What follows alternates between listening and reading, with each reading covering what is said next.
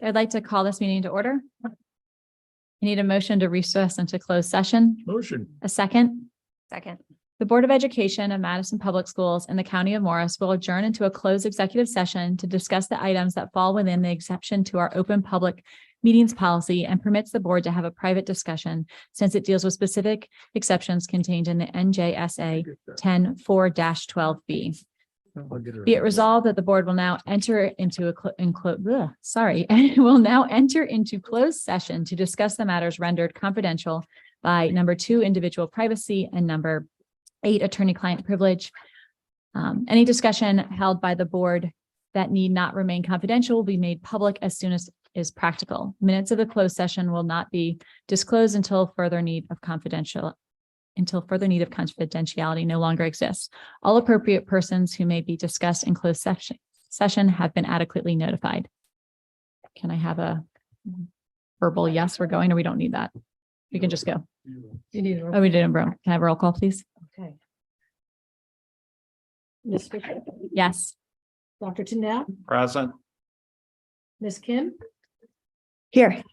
Mrs. Reddy, Yep. Mr. Vasto, Yes. Mrs. Yauzi. Yes. And Mr. Bruno. Yes. We have a quorum. We're recessed. I'd like to reconvene to public session and please stand for the flag salute.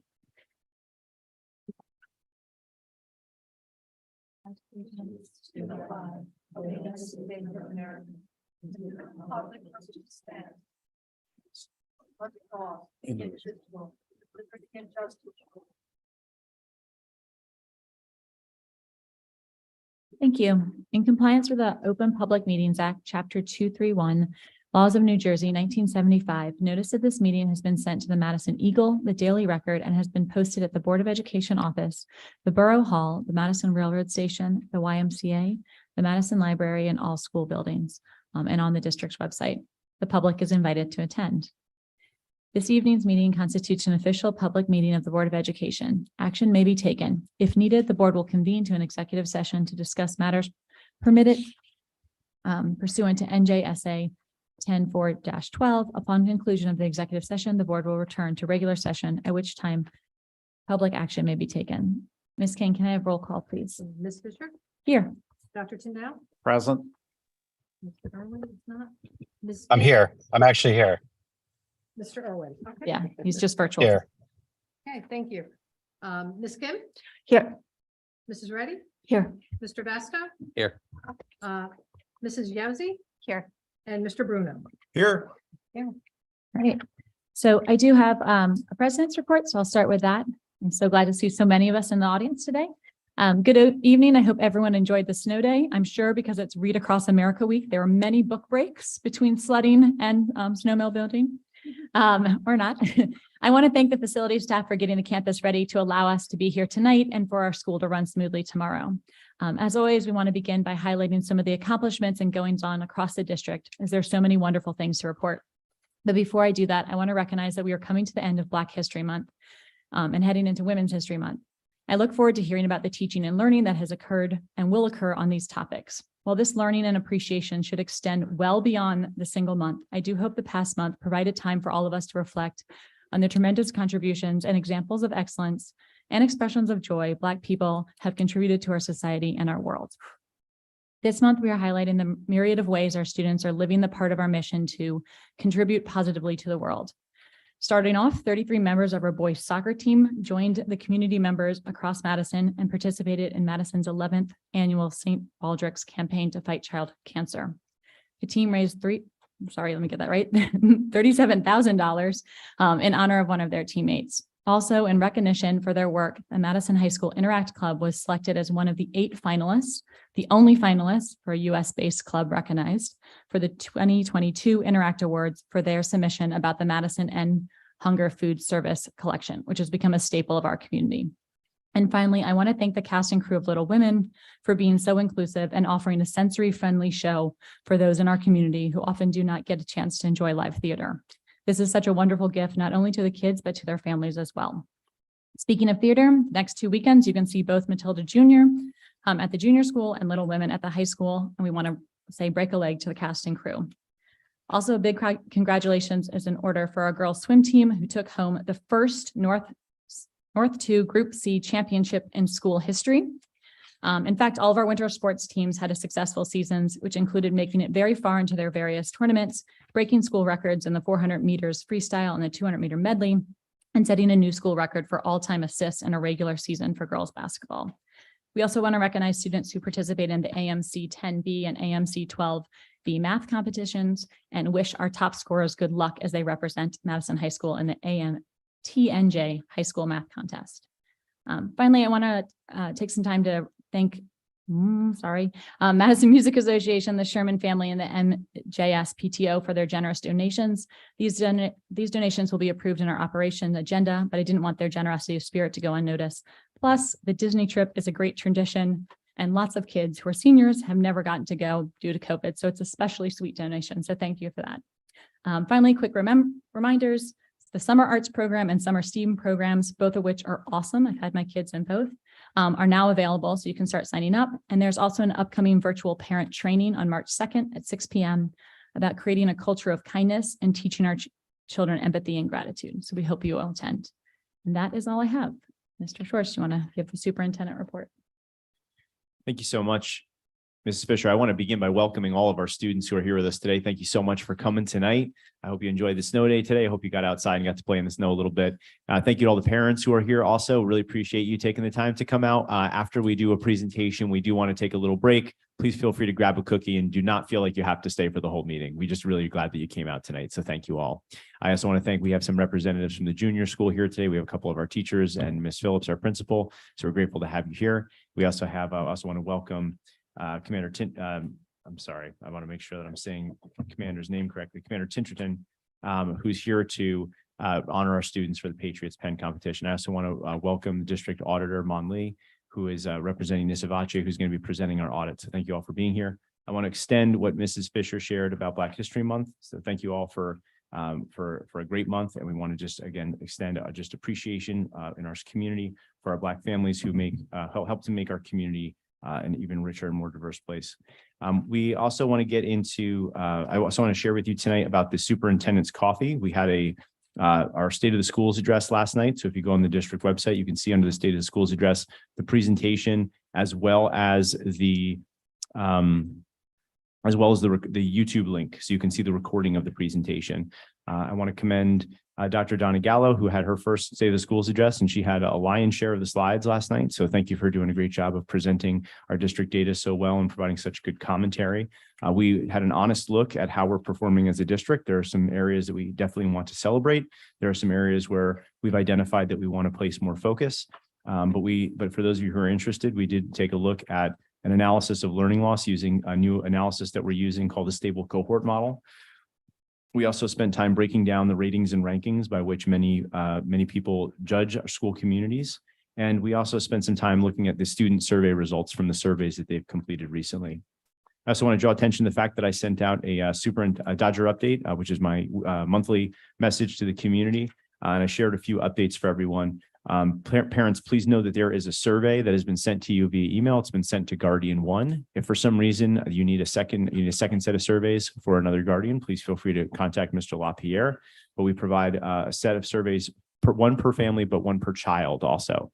So we want to hear from you about how your children are doing in our schools, so that way we can be in a position to best make sure that we understand where our programs are strong and where our programs need to improve. So you can see that data there as well. And then, of course, we also made a note, we are still in need of substitutes and teachers' assistants. These are really important positions that help our buildings to operate smoothly. We talk about being concerned for our teachers and wanting teachers to not feel burned out because their schedules, there's a lot that's asked of them. And one of the things, working with kids is a joy for our teachers. However, often it's the non-instructional responsibilities that they have that can really make the job difficult. And when we're short on substitutes or when we are short on teachers' assistants, it falls to the rest of the staff to have to cover each other, and that can be really stressful. So you can provide, if you have time in your schedule and you're interested in helping out with our schools, we do have a hiring event on March 15th. You can see that in the Dodger update. You can also reach out to Dr. Santora, who's going to be heading that up. And we'd love to hear from you, and we'd love to welcome you into the team to help out in one of those capacities. And since we have some presentations, I'm going to stop talking. Okay, so am I gonna call them up? All right, we'll Sounds do good. this. So our first presentation is the Patriots Pen Award presented by Commander John Titterton of the VFW Hall number 3401, serving the area of Morris Plains. So if you want to come up, Commander.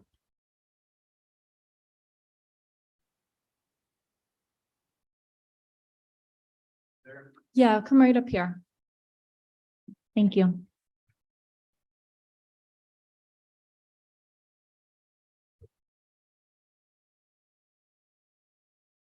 Well, as I was, my name is John Titterton. I'm the commander of Watonong VFW Post 3401 in Morris Plains, New Jersey. I served in the United States Navy as a sonar technician on a fleet ballistic missile submarine, nuclear powered, called the USS George Washington Carver, which is kind of interesting, seeing as we're at the end of February, Black American Month, because he was a Black American. And he figured out a lot of ways to use peanuts for some reason. And I think he also invented the gin mill. Yep. So the motto of the boat was, and we called the boats, power through knowledge. So I'm here tonight to present 3 awards for the Patriots Pen competition that were 6th graders participated in from the junior high school.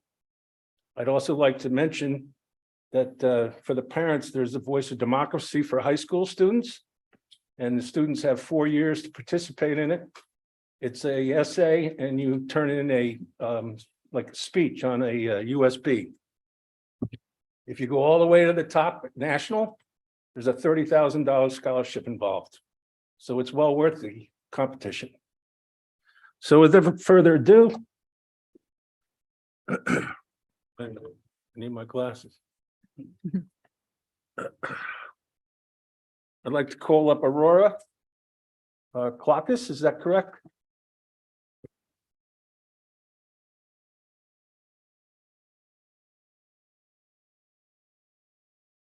Aurora is our first place winner.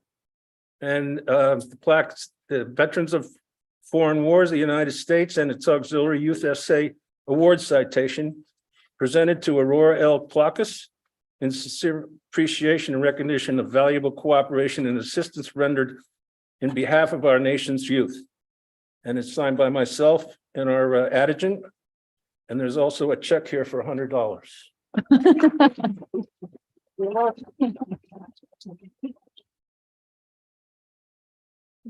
Next, I'd like to call up Evan Malhotra. Did I get that right?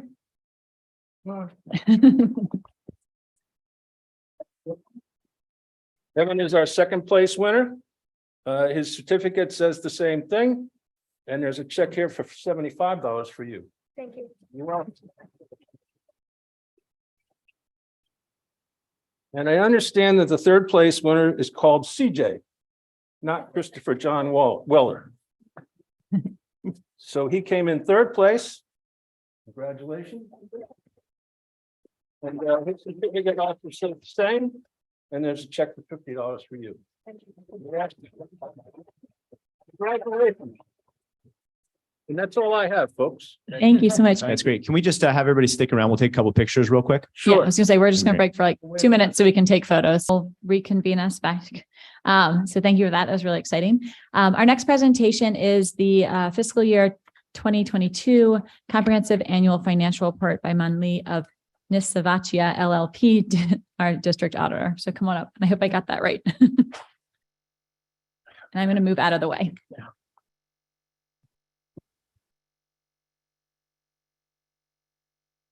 Good evening, everyone. So I believe your business administrator passed out a 2-page summary. Oh, there's no presentation. Oh, never mind. Steve, there's no presentation. We can come back. Oh. So everybody got the 2-page presentation. That's what I'm going to go over. It's the financial highlights for the 21-22 school year. At any point in time, if there's any questions, please feel free to, stop me. I'd be happy to answer any questions. So On the top of the first page is a comparison of your fund balance between 6/30/22 and 6/30/21. At the end of 6/30/22, the overall fund balance is 10,393,000. Compared to the year before is about a $1.1 million increase. Of the $10 million overall fund balance, most of that is restricted as in various reserves. You have $785,000 in encumbrances. Those are goods that you have placed an order for as of June 30th, but have not received it as of that date. $3,675,000 in capital reserve that you can use for any projects in your long-range facilities plan. $1.26 million in maintenance reserve that you can use for any required maintenance. $278,000 in unemployment compensation that are used for unemployment claims. And we know that districts are now slowly to get back bills from the state. So they're like 2 years behind pretty much. Approximately $1 million in current year excess surplus, which you have to use in your 23-24 budget year. $500,000 in prior year excess surplus, and the $296,000 in designated for subsequent years expenditure. So the combination of those two numbers total $796,000 you're utilizing right now in your 22-23 budget, your current school year. So that leaves you with $2,556,000 of unassigned fund balance. That's still at the 4%. So the state temporarily increased the cap on the unassigned fund balance from 2% to 4% temporarily for 2 years. So for the 21 year end and the 22 year end. So for the current school year for the 23, it's going to go back down to 2%. Now I'm going to just jump down to the bottom first, where I show a trend of how much fund balance you've been using and is going to be using. So as I said, in the 21-22 year, you use 500.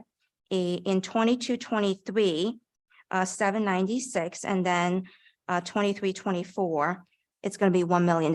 As you can see, there's an upward trend, which is not usually something that we recommend. We usually like to see a level use of fund balance or like a plan increase, because a lot of school districts have received a lot of new federal aids in the past couple of years because of COVID. And also due to, the start of the pandemic, a lot of districts wasn't sure what's going to happen. So they were trying to tighten costs, and there were savings because of that. And so for the past couple of years, there's been what I call inflated fund balance or inflated surplus. So my recommendation would be that even though you have $1 million in current year excess surplus that you can use in your 23-24 budget, I would recommend that directing some of that to one-time expenses, not all to operating costs, so that you can, we like to see the use of fund balance so that you can regenerate the same amount every year, because if you come to a year when you can't regenerate that amount, then you're going to budget hole. Okay, so jumping back to the middle section is just an analysis of what makes up the $1 million increase in overall fund balance. I'm not going to go over every single numbers. I'm just going to highlight some of the bigger components. In terms of local revenue, you have an excess of about $300,000, and that's mainly from tuition and miscellaneous revenue. $761,000 excess in state revenue. That's extraordinary aid. And also you had a Leslie's Law grant that came through. And going back to kind of what I said before in terms of the state giving you extra money in the past couple of years, the extraordinary aid has been reimbursed at an extraordinarily high amount the past couple of years at about 90, the low 90%. And normally historically, it's been about in the 40s, low 40s. So I don't know what's going to happen this year in your 23 budget year, school year. You have unexpended budget appropriation of about $3.8 million, but when you factor out the $785,000 in encumbrances, that leaves you with about $3 million in unexpended appropriation. I see that as a good thing because it goes back, it goes towards replenishing the surplus that you utilized for the year, which is $500. Also goes towards the $425,000 prior year encumbrances that was liquidated, as well as replenishing capital reserve, because you took out $2.5 million from capital reserve during the year for various projects. And you also took out $150,000 from maintenance reserve. So any questions so far? Right. So if you go look on the second page, on the top of the second page is a recap of activities in your capital maintenance reserve. As I said before, you ended up the year with $3,675,000 in capital reserve and $1.2 million maintenance reserve. And during the year, you took out funds from both the reserve for the HVAC project and unit events. So the middle of the page is a recap of activities in your enterprise funds, so food service, summer program, and integrated school. If you look at the food service, that the revenue and expenditure is a significant increase from the prior year, and that's because you were in the seamless summer option program for the entire year, and with the increase in rates and free meals being offered to all students, that's where you see the significant increase in both revenue and expenses. And then the bottom is a recap of your long-term liabilities. And for budgeting purpose, you just really have to worry about the serial bonds payable, which at 6/30/22 is about $30 million. And you have finance purchases of $91,000 as of 6/30/22. And you also have some lease payable of $847,000. Any questions? No. Okay, so I'm going to move on to the findings and recommendations.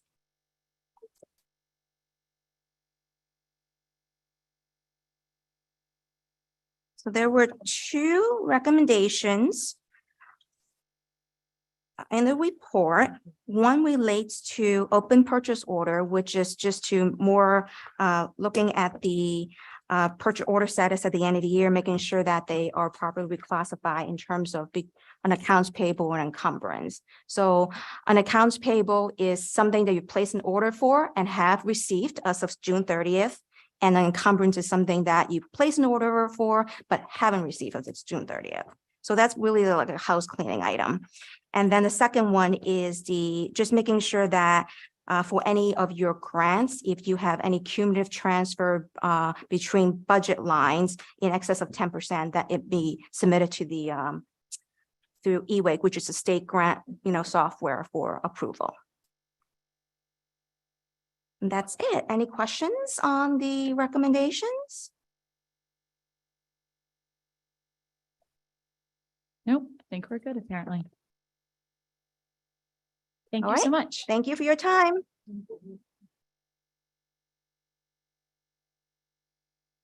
Okay, we're now going to move to open public comment.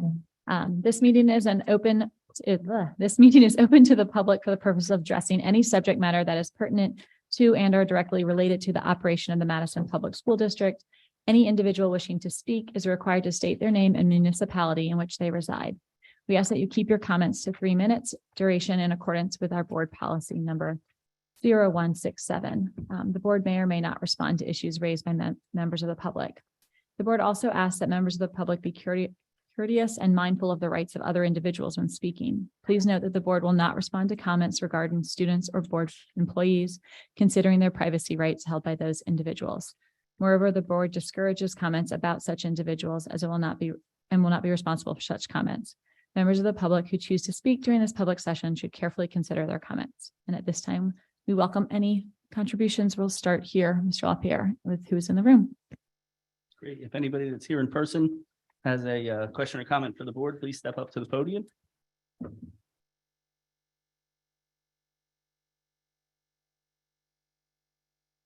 I'm Amy Chase and I live in Madison. I have a comment related to Board Policy 5756. And specifically the comments that were made on January 17th. When there was a petition circulated last summer about this policy, I did not sign the petition. Even though I had plenty of opportunity, I was invited. But I figured I don't know anything about this, and I'm perfectly willing to assume positive intent on the part of our school district, give the benefit of the doubt if there's any doubt to be given, because I know that I'm deeply appreciative of several teachers and support staff who have helped me and my family as we have struggled to bring our children into adulthood. So I'm deeply grateful and have many, many positive feelings. There were some statements on January 17 that caught my attention, made by the board president and the superintendent. The president said, Mrs. Bowen's proposed changes to board policy 5756 goes directly against state mandates. And Mr. Schwartz said, most of that policy is governed by law. The current policy has been serving our students well and within the lines of the law. Regarding restrooms, it is a law that students must be able to attend to the restroom that is consistent with their gender identity. Some people may be uncomfortable, but it is a law.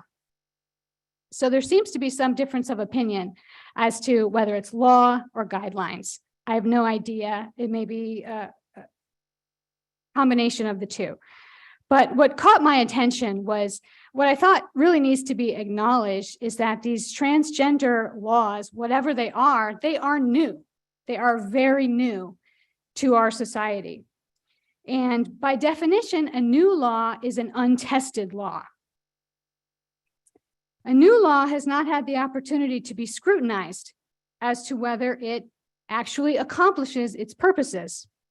Is it actually doing the good that it intends? Sometimes laws actually wind up making things worse. Does it inadvertently harm other people, even as it helps some? Is a new law constitutional? Does it conform with our other laws? I think we all know, and we teach children in our schools, that laws can be unjust. So when you have a new law that's untested and could be unjust, I think it's the duty, it's the right of every citizen to participate in evaluating that law. And especially when you're talking about laws that impact children who are defenseless, who are reliant upon adults to advocate for them and work out what's best. And when the consequences of getting it wrong are so high, the stakes are very high on this topic in terms of our youth's ability to be happy and healthy for their entire lives. So I think that this context related to the laws About on 30 transgenderism need to be recognized and acknowledged. And I think that it invites reframing Mrs. Bowen's efforts differently than they were characterized on January 17, when you said that they were in conflict with our district's goals of empowering every child. I think a lot more conversation is needed before we can draw that conclusion. Thank you.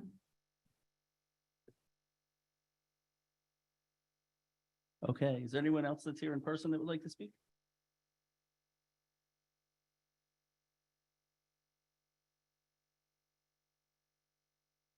David Stegedy, Madison, New Jersey. I thought I would take a moment to outline the impact of Ms. Bowen's proposed changes to the transgender policy actually is.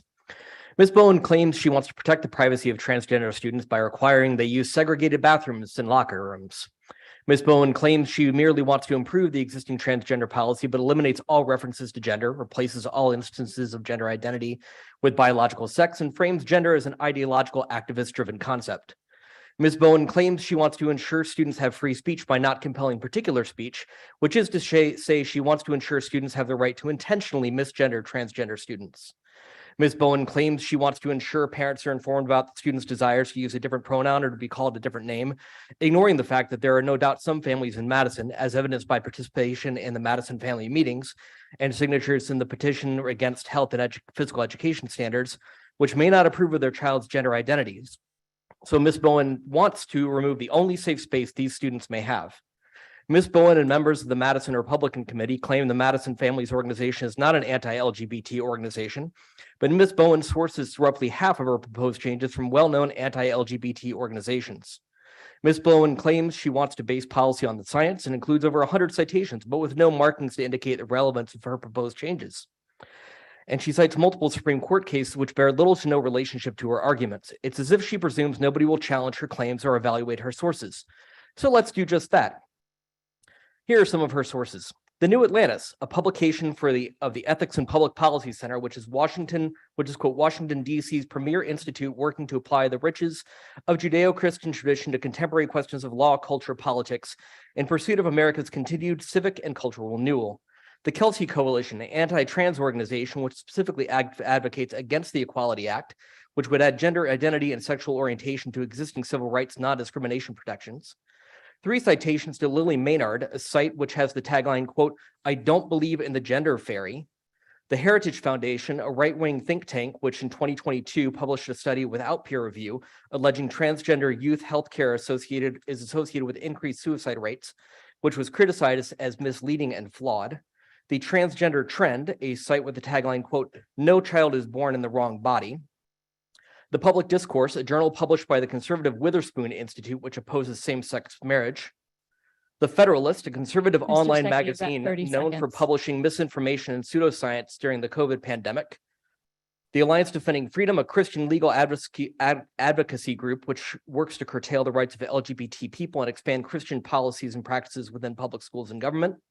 And finally, there are numerous sources to Human Rights Watch, Psychology Today, the NIH, and so forth, which actively refute many of Ms. Bowen's claims denying the existence of gender identity. So it's curious why she cites them, other than an attempt to give credence to her arguments by citing reputable sources. Ms. Bowen's list of over 100 sources in the Mr. appendix of That's her your time, proposed so changes. you finish up. Thank Yep. you.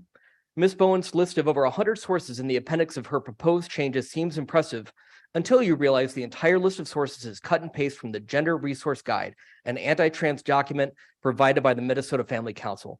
If there's any question that this organization is deliberately anti-trans, it should be completely eliminated by now. Thank you.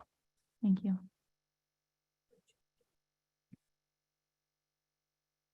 Okay, is there anyone else that would like to come up to the podium?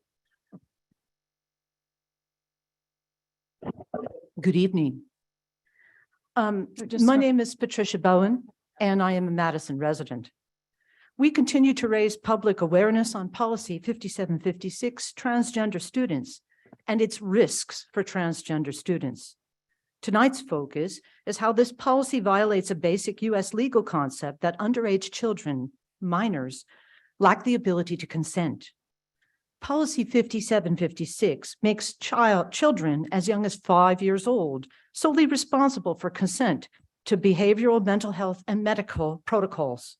We're not making this up. It's right there in the policy. Parents can see the exact policy references which do this under the student-centered approach section in the policy, to quote, "The school district shall accept a student's asserted gender identity. Parental consent is not required. The result of this, the policy makes the minor child drive the process." Second quote from the policy, "A student need not meet any threshold diagnosis or treatment requirements to have his or her gender identity recognized and respected by the school district, school or school staff. Results, the transition track is triggered by the child with no diagnostic or medical basis." Third quote from the policy, "In addition, a legal or court-ordered name change is not required. The results, not requiring a court-ordered name change, helps keeps parents out of the loop because any legal name change by definition would involve a parent.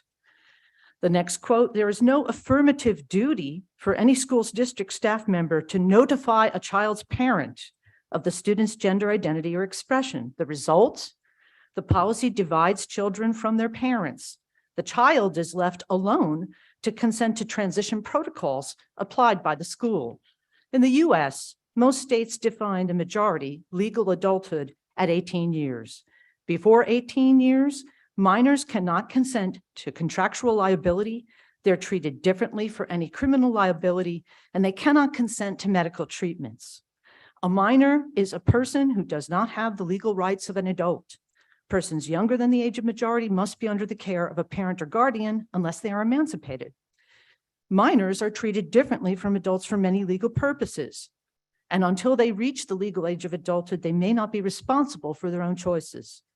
And then per the National Institute of Health, 30 which more is, seconds. all right, medical or informed consent, the patient must be competent to make a voluntary decision. Children under the age of 17 cannot provide informed consent. This is per the NIH. To sum up, we urge parents and all Madison residents to press the Board of Education to fix policy 5756 transgender students and conform to the national legal definitions of a minor for legal consent and medical consent in all their policies. And for parents, we want you, please, raise questions about this policy, press the Board of Ed to change the policy to conform to US legal definitions for legal and medical consent.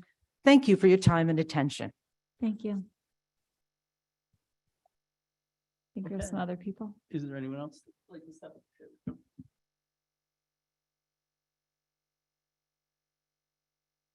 Hello, my name is Michael Footer. I live in Madison. I don't usually attend Board of Ed meetings. I trust the folks that we've elected to do the right thing. I trust my neighbors to act in the best interest of our children and to not act with hate in their hearts, like Ms. Bowen. I have a transgender child. They go to school here. Ms. Bowen does not understand the process, quite frankly. And I'll be honest, I'm still learning.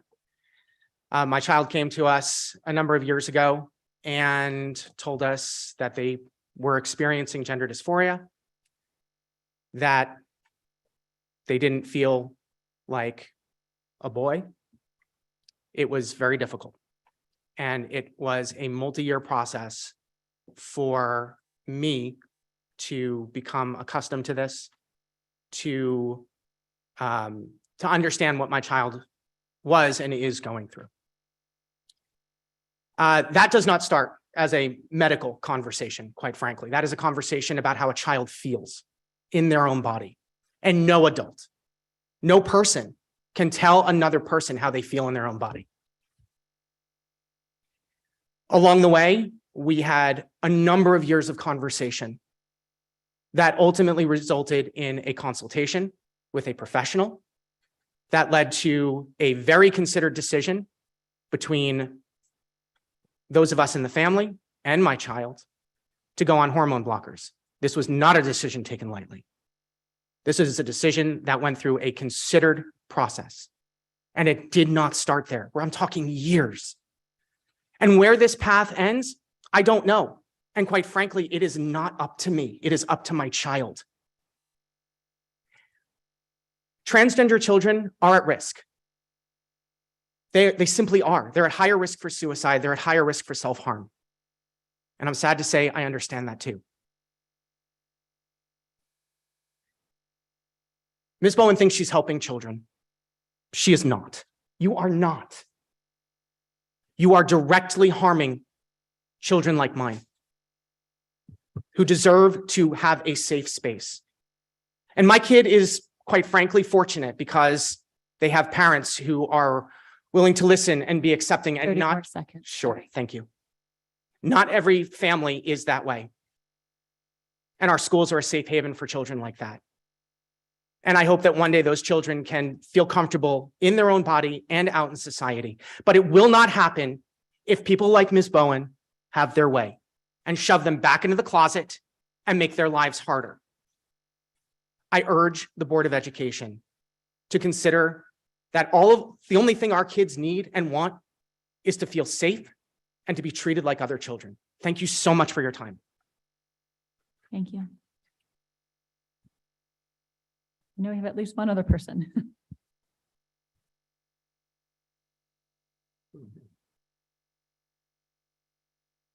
Hi, my name is Dana Siam. I wanted to bring up for Can you just say discussion. your municipality? Sorry. Oh, sorry, Madison. Thank you. Um, sorry, I'm used to only talking to kids, so. So I wanted to bring up for discussion, having the holiday of Eid off, in our school district. I know in New Jersey, there's been many school districts in the past year or so that have been decided to take off for this holiday. I've lived in Madison for 10 years. I have 4 kids that are in the public, the school district, or will be joining shortly. And I don't want them to feel left out as well. You know, when my daughter was in kindergarten, she brought home her curriculum for, I guess they were going through holidays.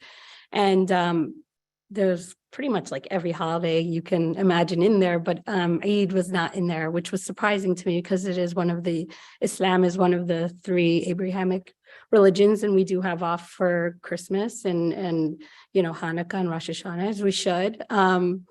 So, you know, I did bring up to the teacher, and they were very open to it. They put it in their curriculum. I'm not sure if it's still in there. I hope it is. And, you know, the teachers have been wonderful. Last year I was approached and I spoke about it in the class.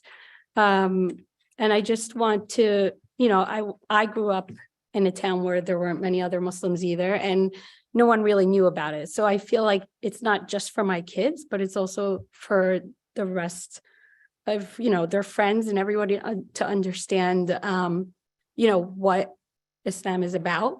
You know, there's always, maybe not the nicest things said, you know, but in reality, Islam is a religion of peace, and it's a beautiful religion. And I just want my kids to be proud and to feel like they are, you know, they're getting their holidays off too. And I don't want them to have to miss any important tests or whatever it may be. And I just want them to be excited about it and their friends to recognize their holiday as well. Thank you. Thank you.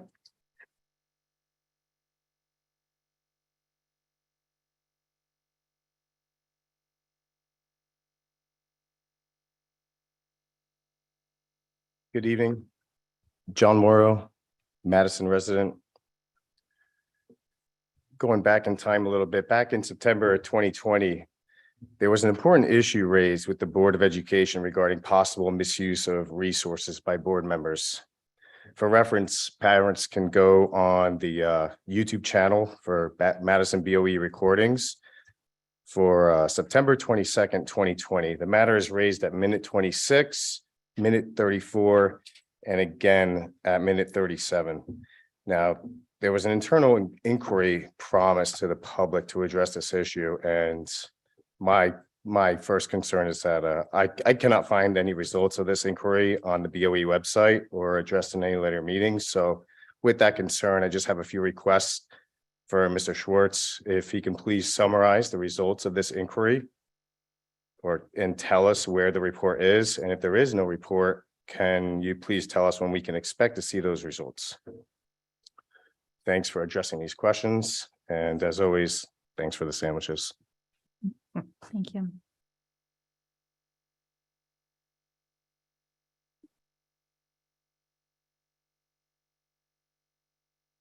Hello, Katie Zurich, Madison. Thank you to the administration for the State of the Schools address last evening. It was a wonderful presentation full of a lot of important data points. Let me first say that I am endorsing the district's plans for data warehousing and specifically looking to embrace a product that can do more than store data. I cannot imagine the hours of labor required to manually extract data and compose reports, so kudos to Dr. Gallo. And aside from comparative data, Any product that allows you to dig deeper to analyze and accrue reporting for historical and best practice approaches is a must if we want to refer to ourselves as a data-driven district. Regarding state of the schools, I don't have a commentary on the data per se, but I would like to reemphasize why I think a day in the life model would be so insightful and complementary to the data sources provided. For the life of me, I cannot fall in love with the Foundation's curriculum. For analogy purposes, let me just say that I have dated this curriculum as a parent, and it is a rocky relationship. Maybe that's because I cannot see the full story of how it is shaping better readers and writers and marrying basic skills. But I understand that it is integral for MTSS work because progress monitoring is so very much tied to the Foundation's model itself. But within the scope of how we teach reading and writing and how we build upon it, I am asking for a little curriculum backstory and some building blocks. How long have we used Foundations in Madison? What did we use before?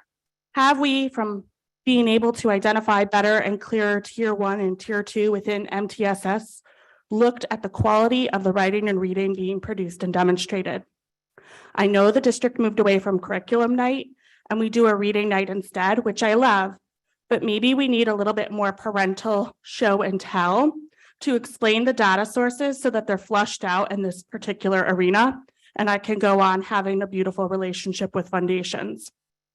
On the subject matter of data, how many educators are Wilson trained?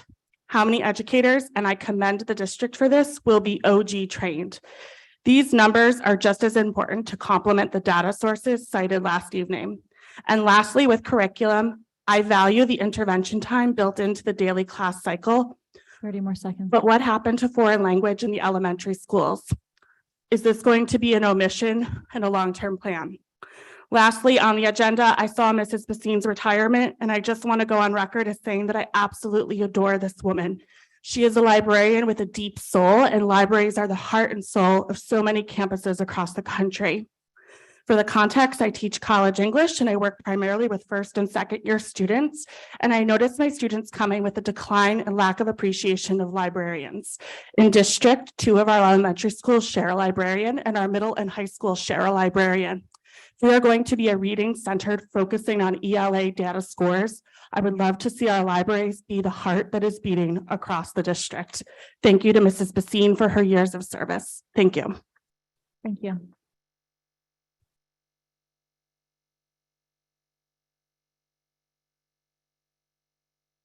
Hi, Kelly Browning from Madison. I first would like to echo Mrs. Zurich's comments and thanks for Ms. Bassine.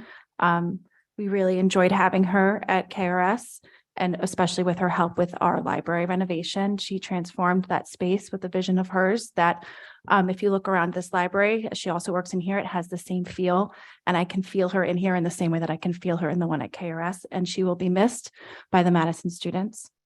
I also echo Mrs. Zurich's comment and a little frustration about how few librarians we have in our district. And this actually ties into what I wanted to talk about tonight was ESS. So in 2019, I understand that we went to ESS to use for teachers' aides. And the reason for this was there was a significant cost savings because we transferred the health benefits and all other types of benefits to ESS and off the Madison books. And with the rising costs of health insurance, I can imagine that there is quite the cost savings in that move. In 2020, we moved to expand their services to include long-term subs. And at the time, I remember that being a welcomed event because of COVID and our concern about how we were going to staff potential teachers' absences. And then just last year, we signed an agreement that will renew automatically annually unless we decide to cancel it on an ongoing basis for July 1 to June 30th. And so as we approach the budget planning season and we approach that annual contract renewal, I was wondering if there's been a evaluation done about how effective their services have been for our district. And if in 2023, it is still the best way to serve our students and to recruit and retain top talent. And the reason I'm asking this is because the number of vacancies and requests within ESS is quite large. Especially, we recognize this through our hiring events, trying to hire local subs to fill those needs. I have questions about what happens when those needs are not filled, especially for the needs of, custodians who clean our buildings and who might be driving our buses now, as well as for the teacher assistants who are needed by our students, so many of our students, and what is happening in the buildings when those positions cannot be filled, or if they're 30 being more filled by, seconds. thank you, non-community members, and there's high turnover. And I will just say that there is a balance between cost savings and really the non-monetary value of having your own employees work directly with our children on an ongoing basis. So in the name of accountability and transparency, I would ask that for the March 15th hiring event, there is a published list of all the positions that we are currently needing, at least the number of TAs and the number of subs that we're targeting to fulfill those needs. And then also an analysis to see if the goals set in 2019 have been met in 2023 through the ESS services. Thank you. Thank you.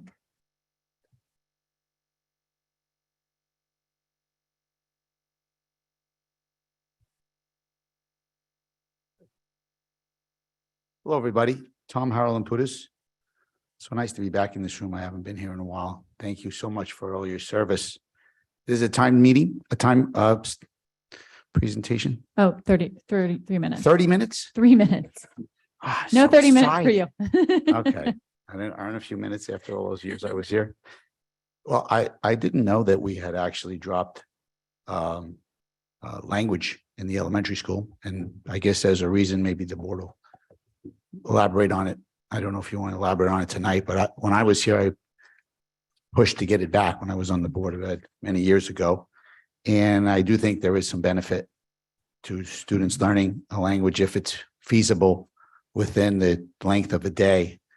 We know that when we travel globally, the whole world can speak English and their language. And, you might be able to generalize that in the United States, we have a hard time just speaking English. So it would be great if we could bring that curriculum, and we know it's great for brain development and just to be a better person, more broad-minded.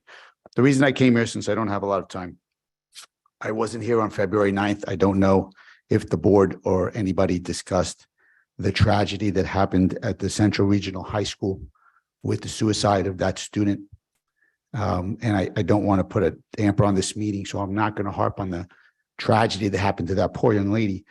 But I would like to just ask the board to consider, and I've been here in the past to discuss this, a policy district-wide about social media, how we can control it, and about the use of cell phones.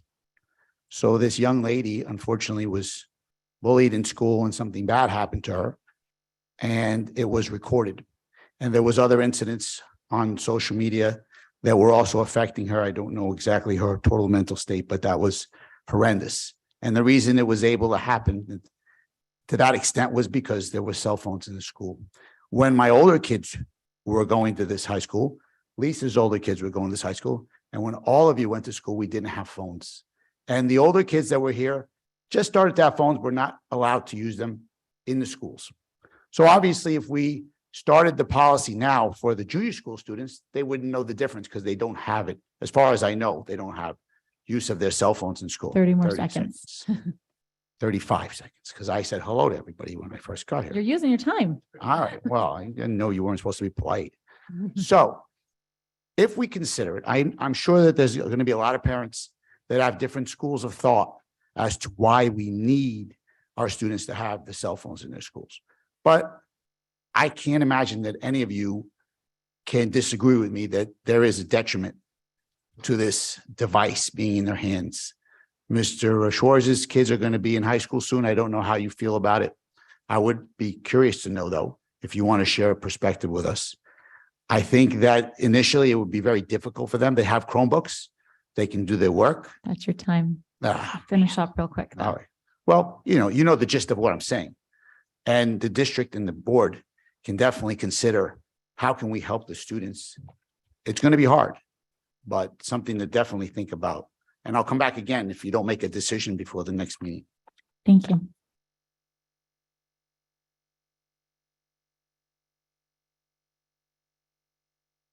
Good evening. I am Dion James from Madison. I just wanted to bring up the most recent activities going on at the junior school with the racial slurs. My son was a victim to one last week, and I've had a conversation with Ms. Phillips about it, and I believe Kenesha Tucker last night brought it up. I just want to know, where do we go from here? It's already happened. It's continuing to happen. I just want to know, what are the next steps? And if possible, how are we going to try and solve this without any diversity in any of our schools? Thank you. Thank you. Is there anyone else that's here in person that would like to come up to the podium? Okay, then we'll reach out to Zoom, and we have Dina.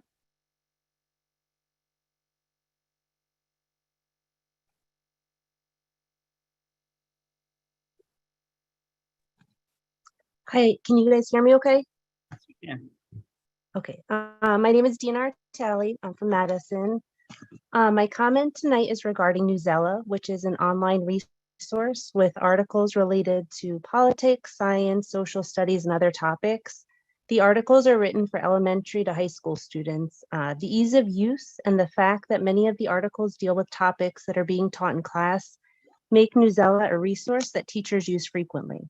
It has the potential to be a great resource. However, when I clicked on the US News section, I quickly realized that the articles favor one political ideology in an overwhelming way.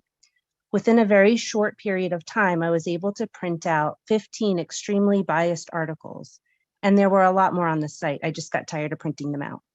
I actually didn't find any articles that truly favored the opposing perspective. The bias in some articles is blatant, while in others it is more subtle. My issue isn't that Newsela is presenting students with articles that favor one political viewpoint. It's that they are only presenting them with articles that favor that viewpoint. There is obviously another viewpoint on many of the issues in the Newsela articles, but not only do they not accurately explain them, they often, through selective word choice, present these viewpoints as unfair or wrong. This doesn't give students the opportunity to evaluate different ideas, think critically, or form their own opinions. It merely directs them toward one way of thinking. That's what propaganda does. The definition of propaganda is a systematic effort to manipulate other people's beliefs, attitudes, or actions. A propaganda technique that Newsela consistently uses is writing negatively biased wording to show disdain for one perspective while using positive wording to advocate for another perspective.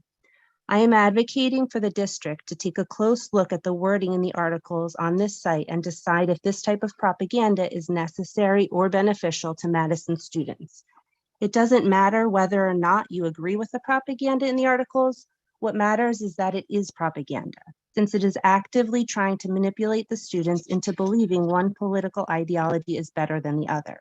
I don't mind that students are being exposed to these viewpoints. All I ask is that if one side of an issue is presented to them in a text, then the other side should be presented as frequently and as fairly in text form too. True critical thinking is only possible if students have access to all the facts, not just selected facts or biased opinions that work to sway students to believe in one way. Thank you. Thank you. Okay, and next we have Christine Boyle.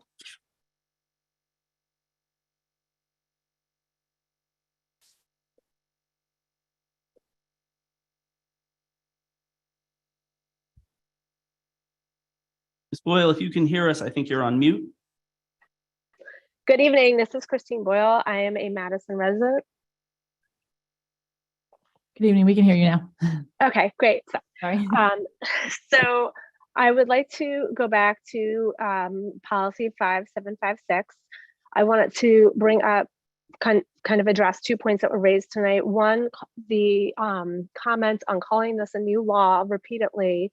This law, the state law is from 2018, so it is not new, and it's curious why it continues to be misrepresented. On the issue of parental consent, listen, we all hope that our kids want to come to us, feel safe coming to us, that we're building a home where there is comfort to have open dialogues about serious topics, but that is not the reality for all kids. And if my kids don't feel safe coming to me, I've tried to give them other adults they feel safe coming to and build relationships there. But if that's also not a place, I want school to be a safe space. And there are kids who need school to be a safe space because home is not a safe space. And that is where the whole rationale behind parental consent stems from. Finally, I'd like to say thank you to the administration and Board of Education for your continuing support of trans kids despite these attempts to marginalize them. And separately, off the topic of the policy, I want to thank the administration for the superintendent coffees and the continuing transparency. Last night's presentation was wonderful. And I have always appreciated the transparency throughout the pandemic. It was thoughtful and information was always flowing, even if we didn't have full answers. And I can compare that to relatives and peers in other districts that weren't getting information at all. That's it. Thank you. Thank you. Okay, next we have Karen. Hi, everyone. My name is Karen Howick, and I'm a resident of Madison. I wanted to comment on the Gifted and Talented Policy 2464 on the agenda tonight. I'm a parent to a twice exceptional child and a member of the New Jersey Association of Gifted Children. Anyone who knows me knows that I believe in empowering parents to advocate for their children with exceptional needs, whether their needs are related to special education or gifted education. I wanted to comment tonight in particular on the complaint procedure that is proposed as part of this policy. As it is written currently, it will require a parent to make a formal complaint in writing to their building principal, then the director of curriculum, then the superintendent before being able to make a complaint directly to the Board of Ed. There is no defined timeline within which a parent can expect to receive a response to their complaint for each stage of the process. And therefore, this complaint process, as it is written, has the potential to drag out for months for parents trying to get their gifted and talented concerns addressed. This complaint process is onerous and unfair and is putting more roadblocks in the face of parents trying to get services for their children. Therefore, I'm here tonight requesting that the board revise the policy as is currently written. I am asking for a more streamlined, time-sensitive, and transparent complaint process for the gifted and talented concerns. When looking at our gifted and talented policy, I am asking that our district to clearly define the criteria. And by that, I mean the specific tests and the scores that will give a student access to the programming and services through this policy, and for information to be added to our website about what the specific gifted and talented programming is available in grades K through 12, and specifically how it differentiates from classroom differentiation, because classroom differentiation is not gifted education. And I truly hope our district is taking further steps to improve our gifted and talented services. Thank you. Thank you.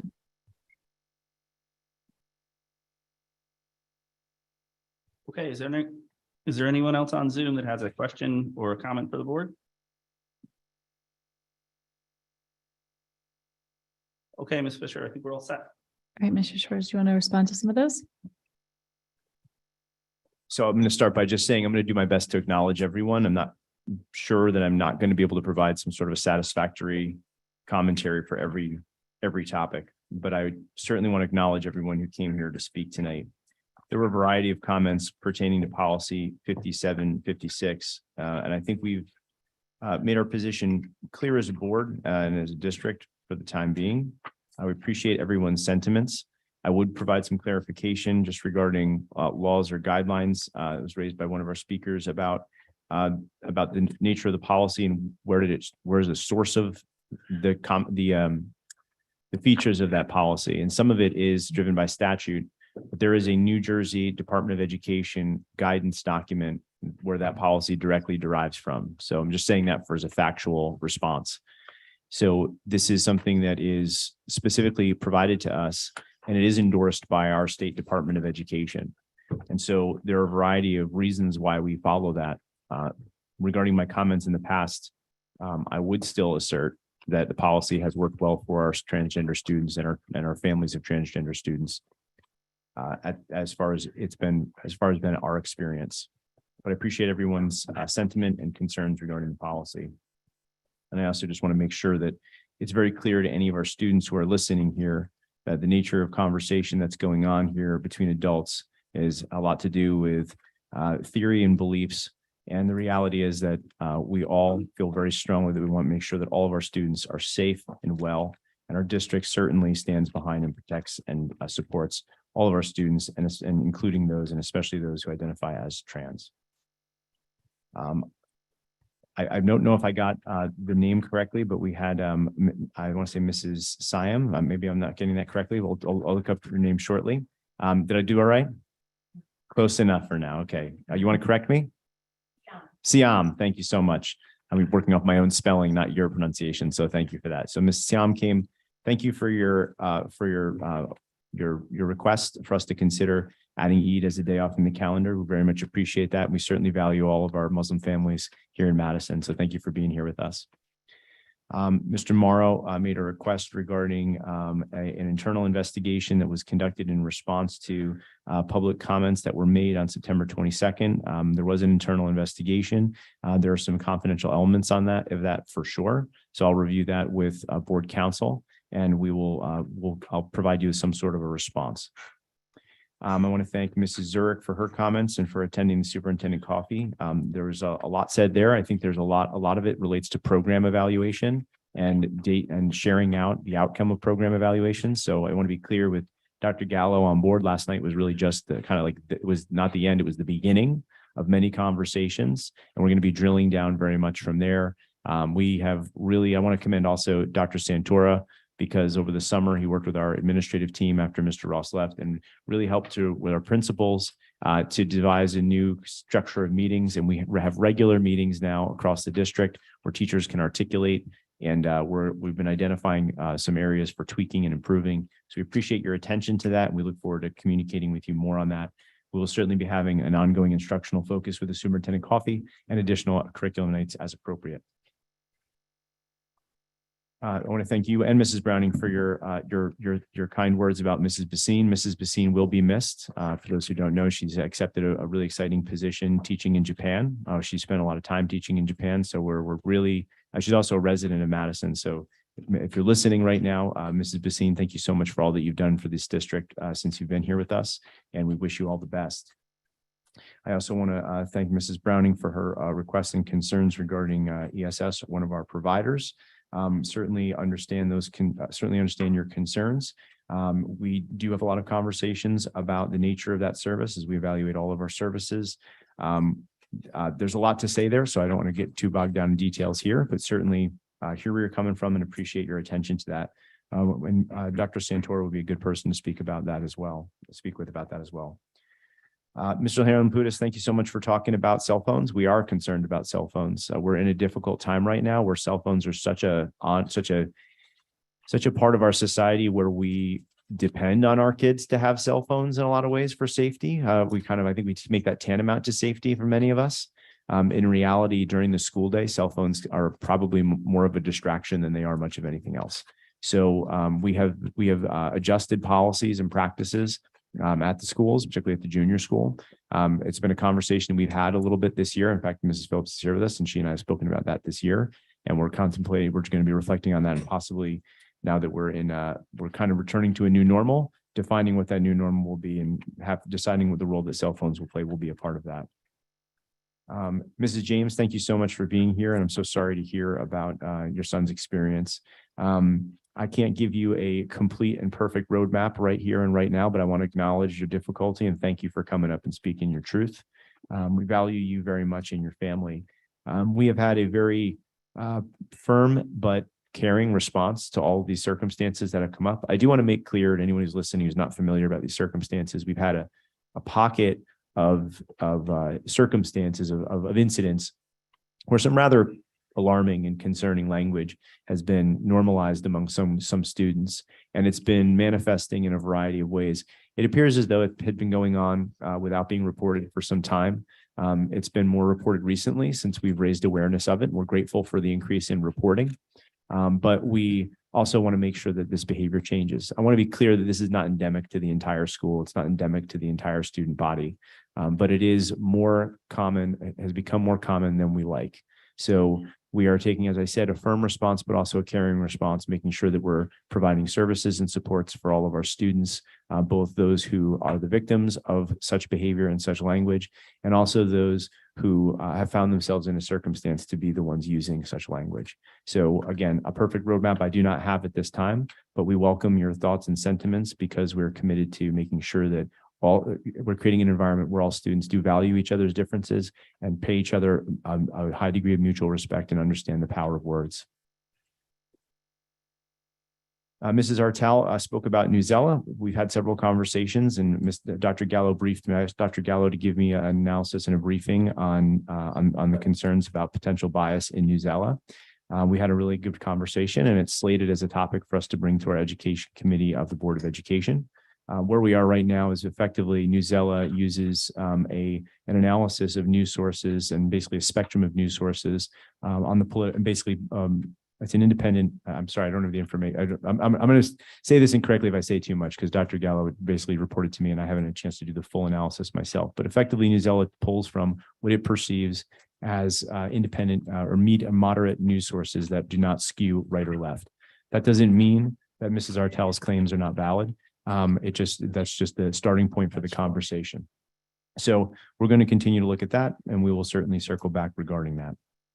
And then Mrs. Howick shared some concerns about the gifted and talented policy. Thank you for joining us tonight, Mrs. Howick. We've been in communication, had a variety of conversations. You pointed out a few areas where we can improve our documentation. We appreciate some of your sentiments about how we may improve our services as well. So we will stay in communication with you regarding that. And of course, communicating with the larger community as well.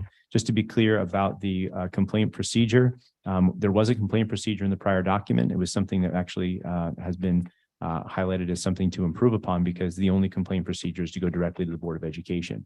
So the complaint procedure that's in there tonight, and I'm saying this for the sake of the board as well, we talked about this briefly in the Education Committee meeting at our last time around, is to help guide parents to get their problem addressed first at the place that's closest to where the problem may have originated. But that is not designed to constrain anyone. And just as we have a communication protocol where on our district website, where the communication protocol typically starts with the teacher and then goes to the principal and goes to the central office, typically director of curriculum or Dr. Santora, and then it would come to me. None of that precludes anyone from coming directly to who they need to go to. So I just want to make that clear for the record here. If you're having an issue, and for those of you who reached out directly to me before, I may guide you and advise you to speak to someone in the organization who's closer to the problem that you're experiencing and who can provide a better response. But that doesn't mean that when you reach out to a higher authority in the school district, that anyone is rebuffed or completely redirected. If you need to talk to me, if something is that urgent, I will always provide my time. And if something ever, and anytime anyone comes and speaks at the podium here, in my experience, the board has always taken the time to listen. I think that I don't think I missed anyone. And if I did, I'm sorry. And again, I know there were a lot of speakers about the policy 5756. So I just spoke to you all in general, but I acknowledge each of you and thank you for being here. Thank you. All right, the next item we have is the Human Resources Agenda. Mr. Tyndall, may I have the Human Resources Committee report? Thank you. The Human Resources Committee met on February 23rd, 2023. The board members present included David Irwin, Heather Reddy, and myself. We discussed a number of items that appear on tonight's agenda, including district efforts to fill vacancies, including the positions for which candidates are being recommended tonight, a sidebar agreement with the NJEA facility staff of Madison, making their members eligible to receive reimbursements for enrollment in approved commercial driver's license training and certification programs, bus drivers, if people don't catch what that's about. A variety of items for board consideration, which are on tonight's agenda, various board member concerns, and various other confidential matters. That's all. Thank you. All right, so we're going to have a motion. I need a motion to approve Human Resources Agenda action items for grades pre-K through 8. May I have a motion? Motion. And a second, I got. Is there any discussion about these agenda items? They're 12A through 12F. I have one. Yes. 12A on the document I have, there is a placeholder for a STEM teacher. Is there a name to place in that position, or possibly I have an outdated version of the agenda? No, thank you for raising that question, Dr. Tyndall. We do have a candidate, but we were not able to come to terms in time for this meeting. So we plan to have a recommendation for the board at the March 14th meeting. So we'll strike that item from that particular. That is correct. Can you guys hear me?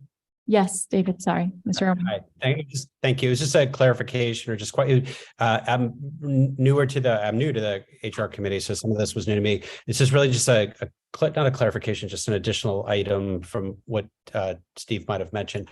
One of the things we discussed, we're being asked to approve, be able to approve candidates that are coming forth, but not necessarily seeing their resumes. We understand that there's confidentiality associated with some of those things too, but if we're being asked to review them, at least know who the candidates are. And so I know that's being taken into consideration.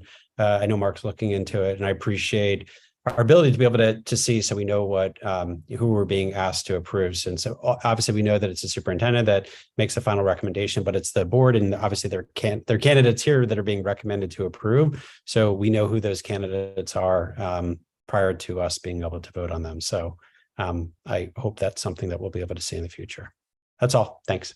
Thank you. Anyone else on items 12A through 12F? All right, may I have a roll call vote? Sure. Dr. Tadell, Yes. Mr. Irwin, Yes.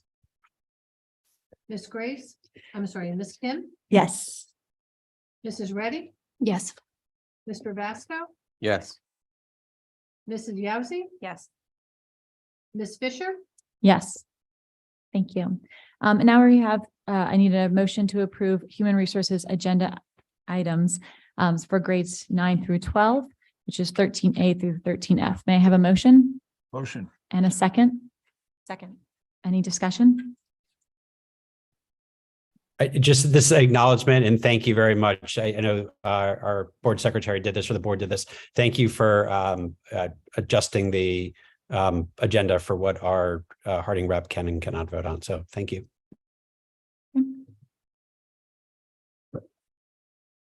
All right, if there's no more discussion, may I have a roll call vote, please? sure. Dr. Tindell, Present? No, that's a yes.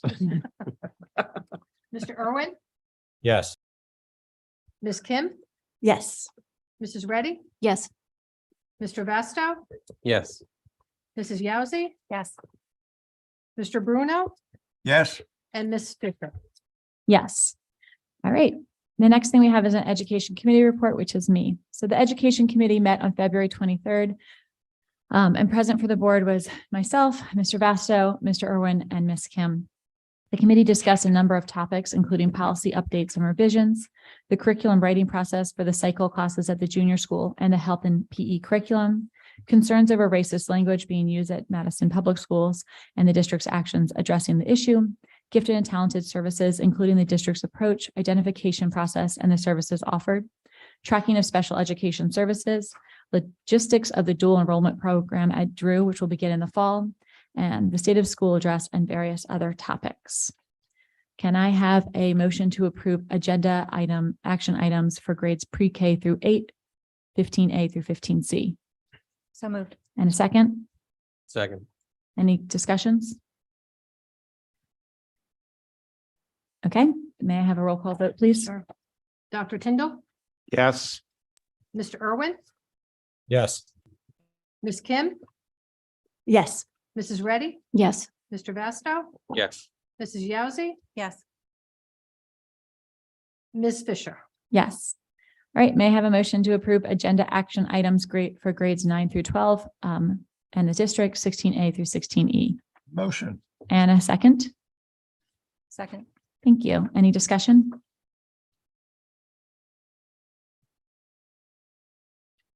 All right, I do want to point out that the gifted and talented students policy is on here just for first reading, so we'll have a chance to further talk about that. I know that was a concern from the community. Sorry, let me just get to the right page. All right, if there's no further discussion, may I have a roll call vote, please? Sure. Dr. Tyndall, Yes. Mr. Irwin. Mr. Irwin, Yes, sorry, I had to get on mute. Yes, Ms. Kim, thanks. Yes. Mrs. Reddy, Yes. Mr. Vasto, Yes. Mrs. Yauzi, Yes. Mr. Bruno, Yes. Ms. Fisher. Yes.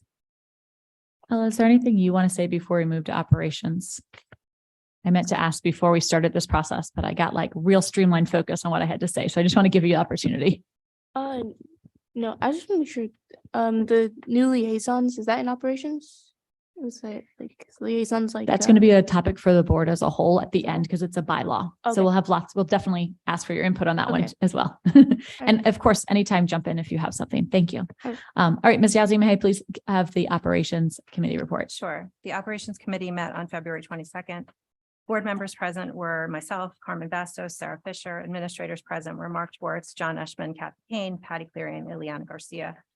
The committee discussed a number of topics, including the update on a search process for a new business administrator, operations follow-up actions from the recent shared services meeting with the borough, including plans to produce a tax flyer, facilities updates, including the CAS roof project, closeout of chairlift replacement at the high school, CAS boiler, urgent rooftop unit needs, CAS parking lot, and others.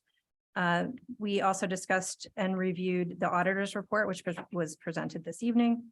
Review of a plan and approach for fiscal year 23-24 budget process and associated timeline and materials. Scheduling of a special operations committee meeting for the board for budget planning purposes for tomorrow, March 1st. Thank you. May I have a motion to approve operations agenda action items for grades pre-K through 8, 18A through 18B?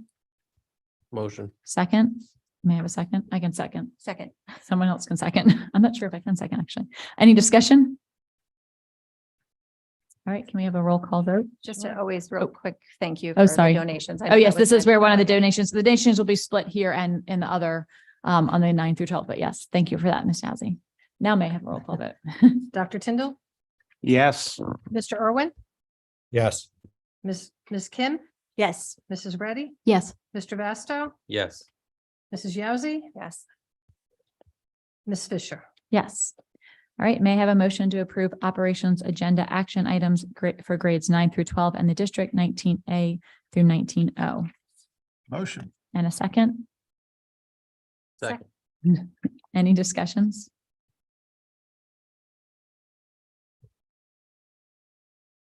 Again, the donations are off there as well. I believe that's where the Disney trip is going. All right, if there's no further discussion, may I have a roll call vote, please? Dr. Tyndall, Yes. Mr. Irwin, Yes. Ms. Kim, Yes. Mrs. Reddy, Yes. Mr. Vasto, Yes. Mrs. Yauzi, Yes. Mr. Bruno, Yes. and Mrs. Fisher. Ms. Yeah. Fisher. Yes. All right, tonight we have one topic for the board as a whole, which we just mentioned, which is a bylaw for first reading.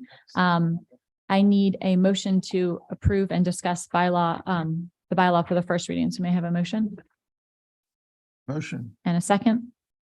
Second. Perfect. Now we can go ahead and discuss it. If there's any conversations. And this is the high school student representatives to the Board of Education, which is now a policy that is put in. You can correct me if I say this wrong. This is something we were doing as a district before it was required, but now is actually part of a new state law that you have to have representatives. So we already had a process. And Mr. Schwartz, maybe you can speak a little bit to that. And I know Ella, you can too, since you've been doing it for a while. Yeah, so I'll do a quick framing and then Ella can share her thoughts, and we'd love to hear from any board members who want to speak about it. But New Jersey passed a law requiring board members, boards of education to have an elected student representative on the board. So we've accepted liaisons based on recommendations before, particularly from our administration. But this process is going to require moving forward that they actually have some sort of a process whereby students would elect or appoint their own representatives to the board.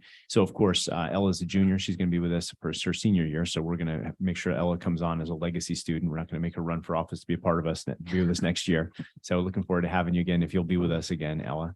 But outside of Ella coming on for another year, all future board representatives will be elected. I'm meeting with the student council as a group. I met with the advisors a couple weeks ago, and we're meeting tomorrow to discuss what this process is going to look like. And we're looking at a full launch for next year. So when the elections take place this coming year, we're going to make sure that any candidates who are running for election understand that there's a commitment to be available for at least a part of the year or for at least some of the board meetings. We'll do, so next year would be like really the full rollout, but we're going to invite our current representatives where they are available to start joining us this current year. And of course, we're going to leverage Sydney and Ella, who are our experienced liaisons, to kind of share what they've learned and share their perspectives and kind of help advise the process as we go. Interestingly, there are responsibilities for the board liaisons. They are by law to be reporting to the Board of Education regarding matters of student concerns. And they are also to be reporting back to their student representatives, to their student body, regarding matters of board concern and board topics. So there's a two-way set of responsibilities that will be on the student representatives moving forward. Ella, do you have any thoughts you want to share? Yeah, I just wanted to make sure that there was still an opportunity for students that may not be a part of the student council, because I feel like when I first started, I didn't think I could do it, mostly because I wasn't a student council like president, or I didn't run for any of the student body like leadership opportunities. And I feel like if you still kept it open for maybe recommendations or like just maybe student interest, it would help empower more of the student body to maybe have a voice. I don't know if maybe if you want to make like another like separate position where it like allows maybe students to rotate through maybe from different like clubs, maybe like Diversity Council or the Women's Club or GSA, whichever clubs you'd want to put forward maybe. It's a great suggestion. Thank you, Ella. I just have to say, as someone who works in a high school and sees sometimes how the different councils work, I think it's great to kind of spread out that diversity. Not all kids are council kids. Some are, as you said, club leaders, and some, this is what they really want to do. So. Yeah, I think it's a great idea too, giving more kids an option or opportunity to be up here with us. That's great. Great. Well, one thing this policy does is that it actually creates a mechanism for students to collect information and disseminate information into the student body, which is a great thing. I do notice reading this, and I haven't read the law, so who knows? I see the student body may elect or appoint. That doesn't mean it has to be done this way. The word may usually means you don't have to do it this way. And it goes on to say, in a process to be determined by the superintendent or designee.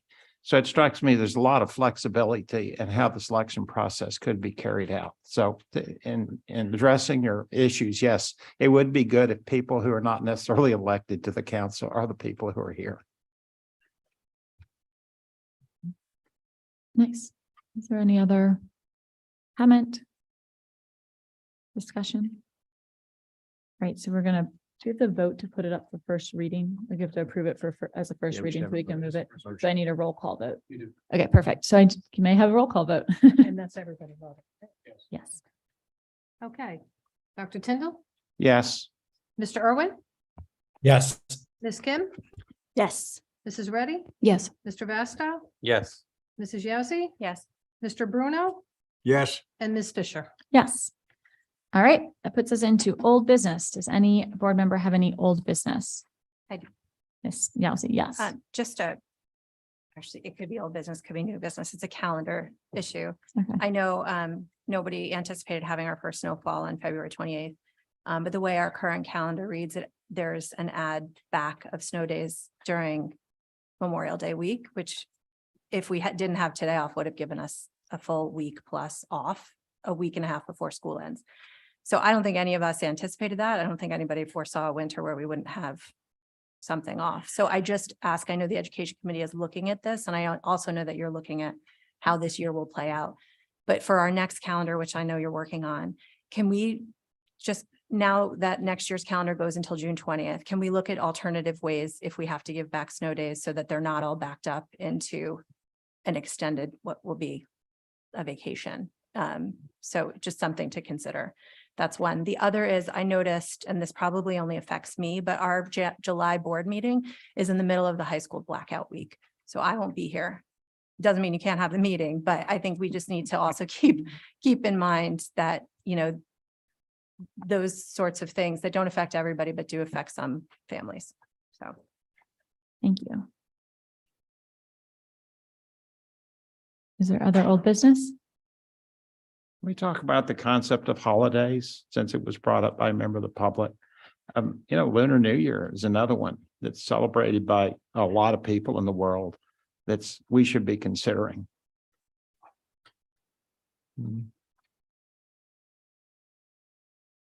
Right. Yeah. Sorry, I didn't mean to. If I can just add to that, and I just want to be clear, we have had conversations about other holidays as well before. With our prior calendar, we were attempting to have as many days as possible. So we were trying to be judicious about populations of students and how many we had and the extent to which it was practical to provide off for holidays that are important to other cultures. We've also talked about Diwali and the potential for that. We do have many Indian families here in our community as well. So I just want to be clear that those conversations have happened before. With a bit of a shift in how we've been thinking about our calendar, I will certainly just want to indicate that I'll introduce some conversation with the education committee, who usually looks at the calendar first, about how we want to approach some of these requests for holidays. I think one of the issues is we would like to end school before June 30th. And as you continue to add holidays to the calendar, it pushes the school year out. So it's almost as though we need to rethink some of the breaks we have during the year to compress the year, but to add holidays instead.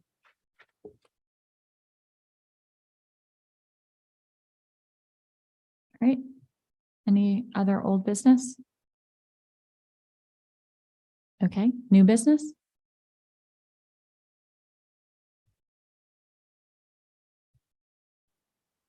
Okay.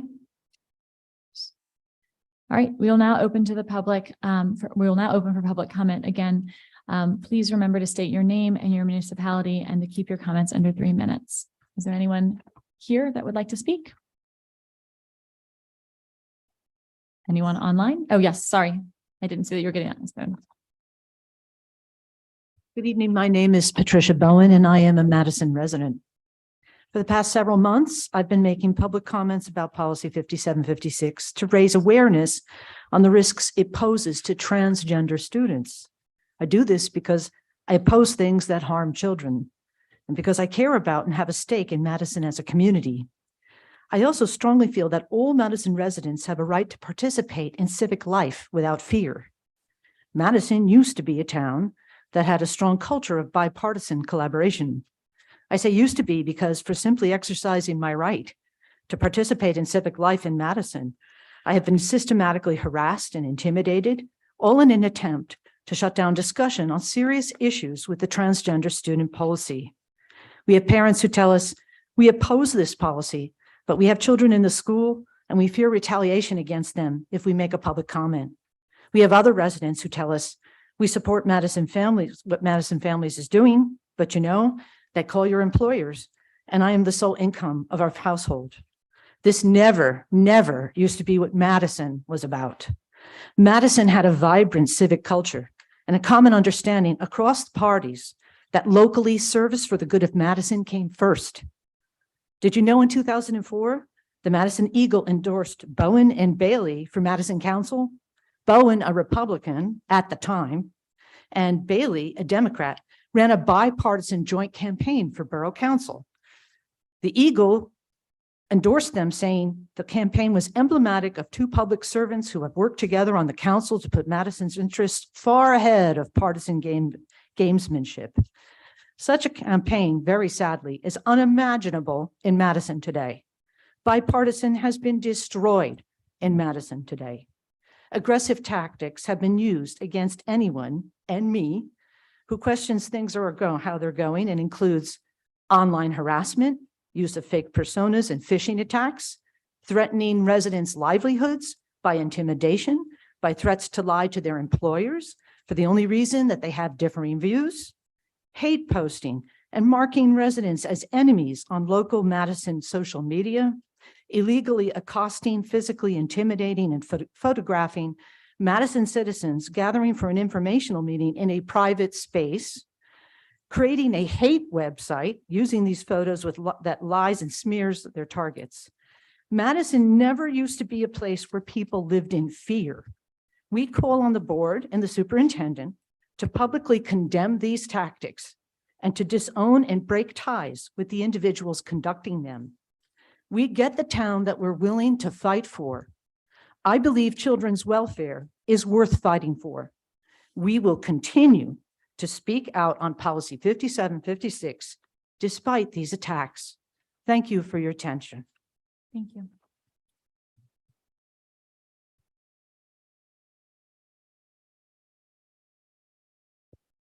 Hi, Katie Zurich, Madison. I just wanted to respond because I did attend a Madison area family or Madison families meeting. Ms. Bowen was kind enough to welcome me into it. And I did speak at the last meeting that I believe when you have difference of opinion, it's important to have civil discourse.